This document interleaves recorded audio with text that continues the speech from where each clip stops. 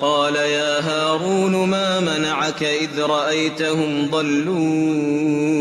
ألا تتبعا أفعصيت أمري قال يا ابن أم لا تأخذ بلحيتي ولا برأسي إني خشيت أن تقول فرقت بين بني إسرائيل ولم ترقب قولي قال فما خطبك يا سامري قال بصرت بما لم يبصروا به فقبضت قبضة من أثر الرسول فنبذتها وكذلك